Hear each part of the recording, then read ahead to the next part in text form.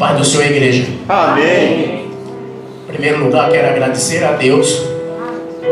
E depois, nosso irmão Guilherme, que me propôs o convite de trazer a palavra. Confesso que já faz bastante tempo que eu não transmito a palavra, mas é a vontade de Deus, não é? E para isso eu convido vocês a abrirem as suas Bíblias em Atos dos Apóstolos, no capítulo 4, versículo 32. Atos dos Apóstolos 4, verso 32.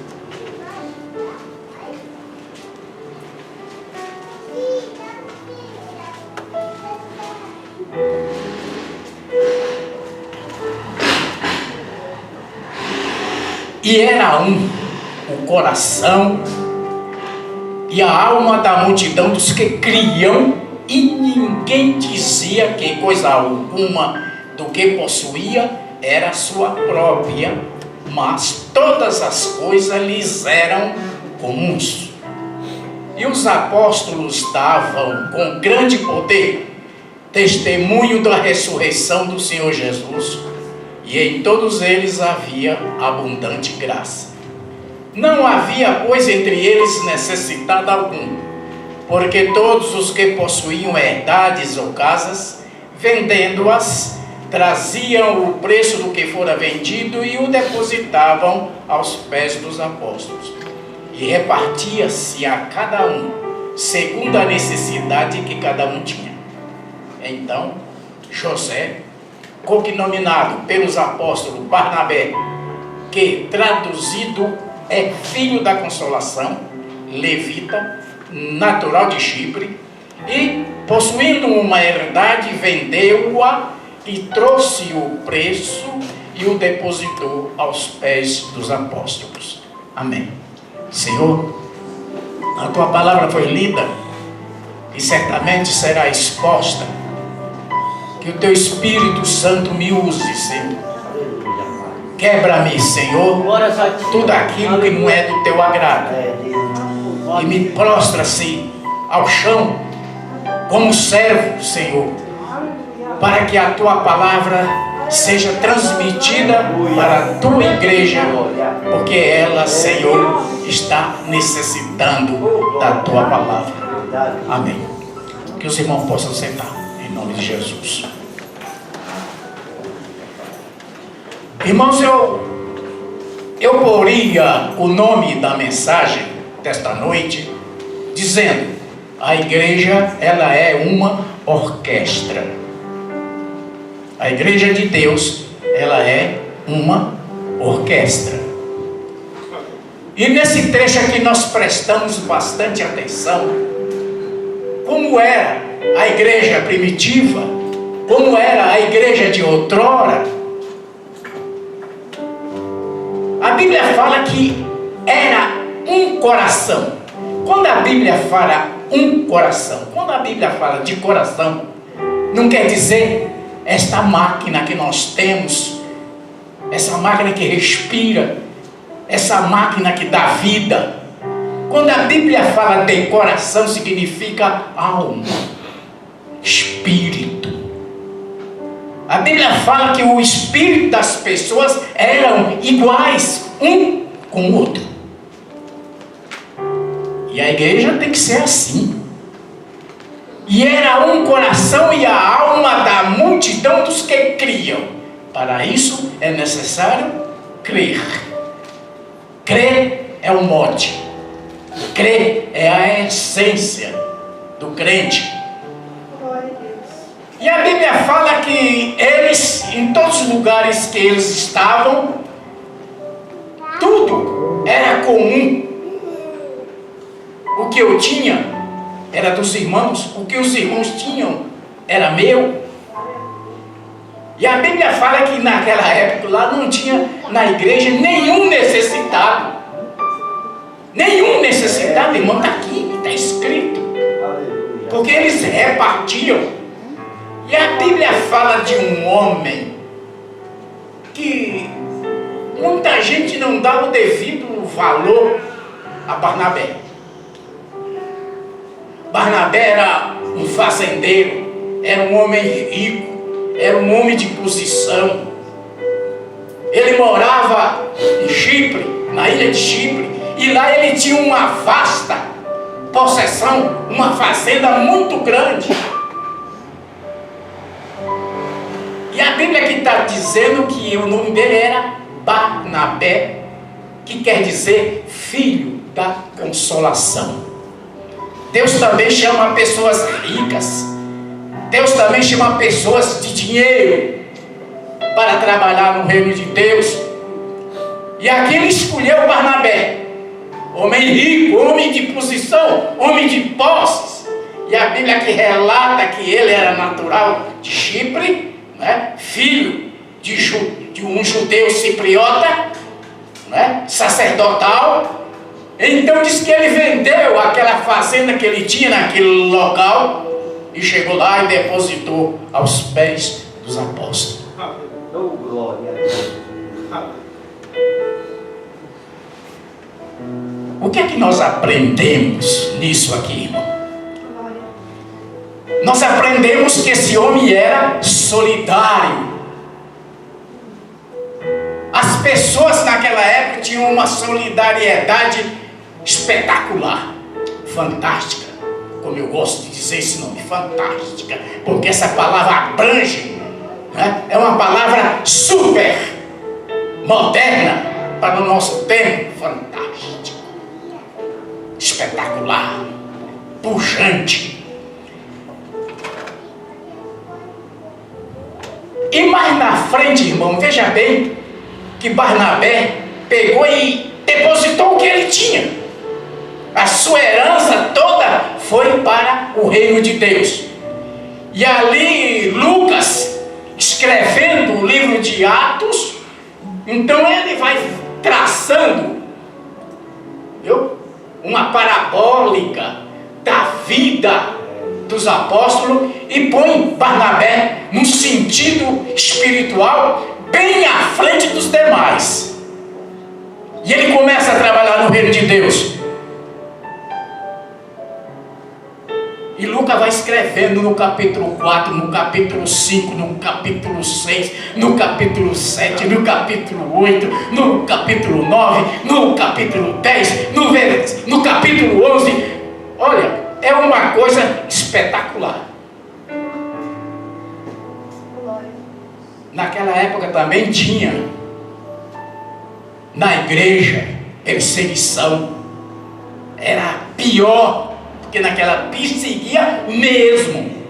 E ali as pessoas que foram perseguidas ali em Jerusalém, diz que eles saíram imediatamente, muita gente saíram e fugiram e foram para Antioquia da Síria, a terceira cidade maior naquela época que o mundo tinha, Antioquia da Síria. E lá eles começaram a pregar, começaram a transmitir a palavra de Deus, e as pessoas iam aceitando, iam conhecendo de per si quem era Jesus, o porquê que ele morreu, o porquê que ele ressuscitou, e qual a finalidade da sua morte, trazendo vida. Uma coisa impressionante, igreja. E as pessoas iam, olha, aceitando Cristo. E Barnabé foi chamado e foi enviado para ele tomar conta do trabalho lá em Antioquia. Ele chegando lá em Antioquia, pasmem, ele começou a andar pela cidade e começou a observar que ali não era um serviço para ele só. Ele se achou fraquinho, irmão. Ele se achou um homem fraco para trabalhar ali em Antioquia. E ali ele começou a pensar em alguém para que pudesse ajudá-lo. Pensou, e o seu pensamento foi lá na Cilícia, o seu pensamento foi lá na Turquia, numa cidade pequena chamada Tarso, onde morava este homem que foi um dos maiores apóstolos do Novo Testamento. E ele foi até a Turquia. Chegando lá em Tarso, nós começamos a observar, ele deve ter ido lá e batido na porta. Aí aparece o apóstolo Paulo. Eu quero falar com Paulo. Está falando com ele, aquele homem pequenininho, aquele homem baixinho, aquele homem careca. Olha. E aí partiu de logo o convite. Fala assim: eu estou precisando de você, Paulo. Você está escondido aqui nessa casa, na sua casa, porque você está sendo perseguido. Então eu estou precisando que você vá comigo lá em Antioquia. Lá tem um trabalho espetacular para nós fazermos juntos. E aí começa o que, irmão? Começa a montar a orquestra de Cristo. Esses dois homens começam a montar a orquestra. Tinha um homem muito rico, e ele resolveu fazer um passeio na América do Norte. Foi até na cidade de Chicago, onde estava uma grande orquestra, estava dando show. E aí ele foi no teatro assistir essa orquestra.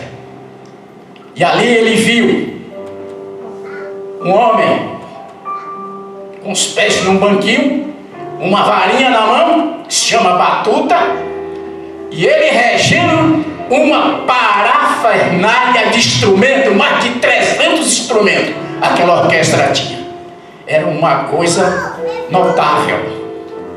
E ali ele viu aquela orquestra, aquele homem com aquela batuta, e os instrumentos, nenhum saía do compasso.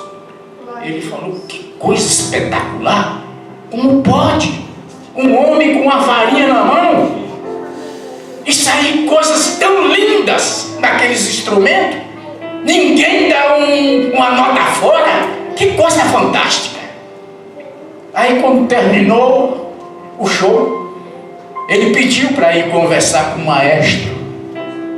Ele entrou no camarim, aí chegou junto do maestro e falou assim: Senhor, por favor, eu quero te fazer uma pergunta. Aí o maestro falou: pô, não, pode fazer. O senhor dirige todos esses instrumentos com a varinha na mão.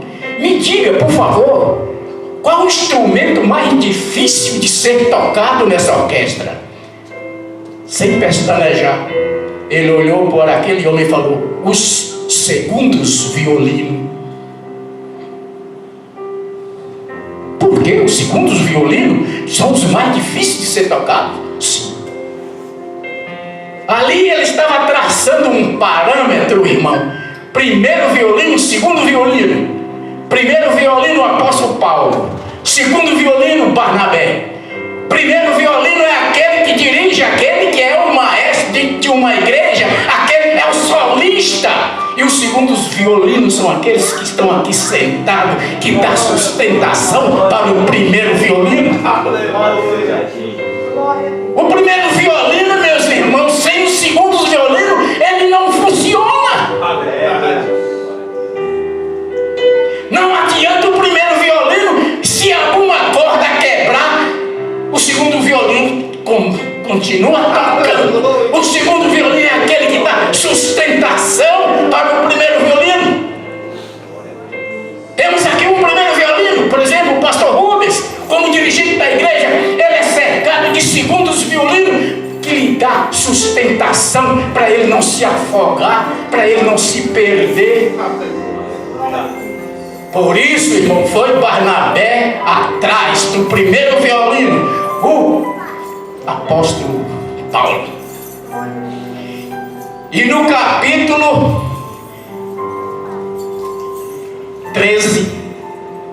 capítulo 13, vou ler.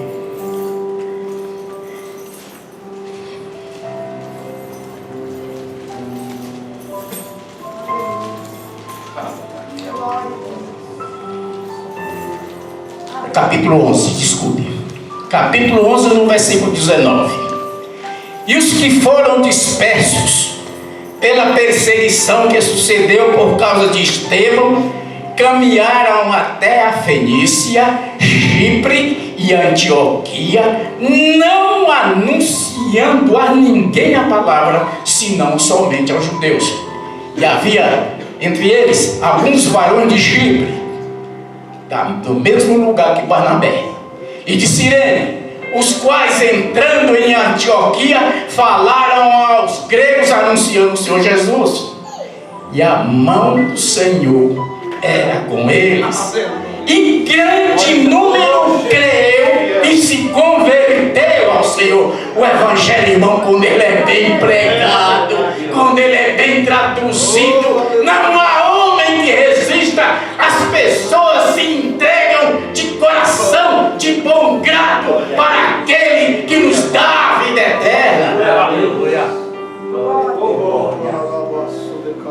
E chegou a fama dessas coisas aos ouvidos da igreja que estava em Jerusalém, e enviaram Barnabé até Antioquia, o qual, quando chegou e viu a graça de Deus, primeiro ele olhou, observou e viu realmente a graça de Deus, se alegrou e exortou a todos os que, com firmeza de coração, permanecessem no Senhor.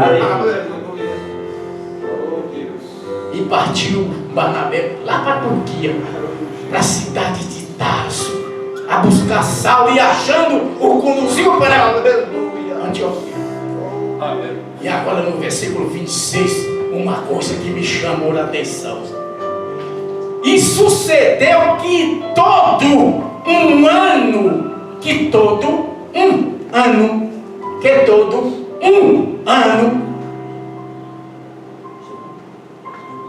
se reuniram naquela igreja e ensinaram muita gente. Eles montaram uma escola teológica na cidade de Antioquia.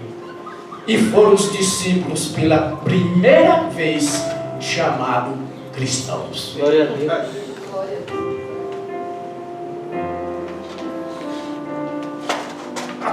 Por isso que eu disse, irmão, que a nossa igreja, que a igreja de Cristo, ela é uma orquestra. Tem primeiro violino, tem segundo violino. Segundo violino são aqueles que todos os dias de culto sentam-se a observar os primeiros violinos a falarem de Cristo, e eles ali estão sentados, mas eles estão orando para o pastor, orando para que o primeiro violino não caia, para que o primeiro violino não quebre uma corda sequer, porque são vocês que chamam-se igreja, que dão a sustentação para o primeiro violino.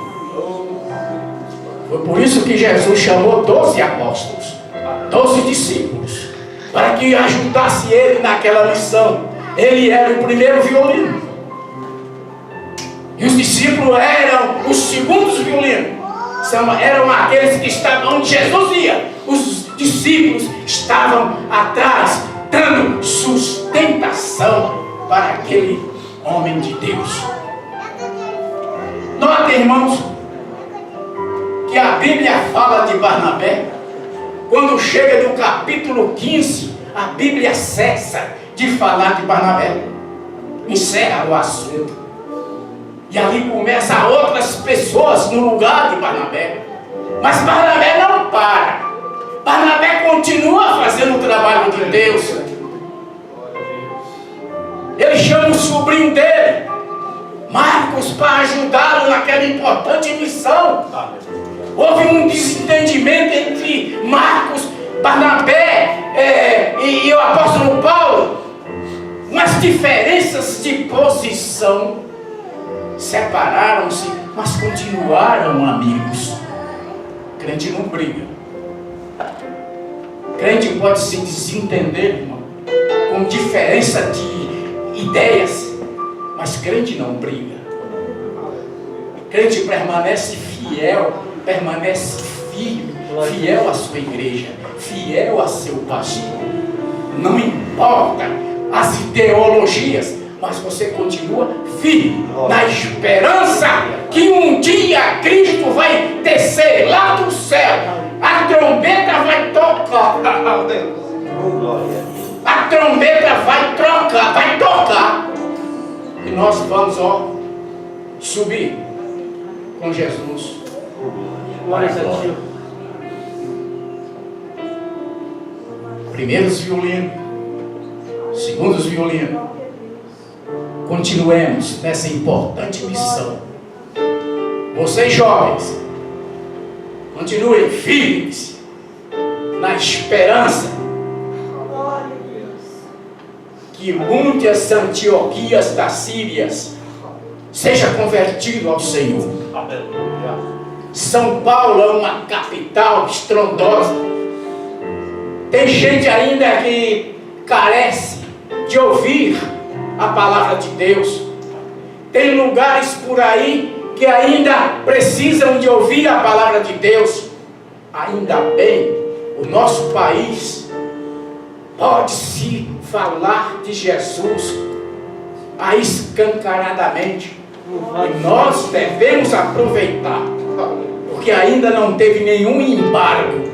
Não embargaram a palavra no nosso país.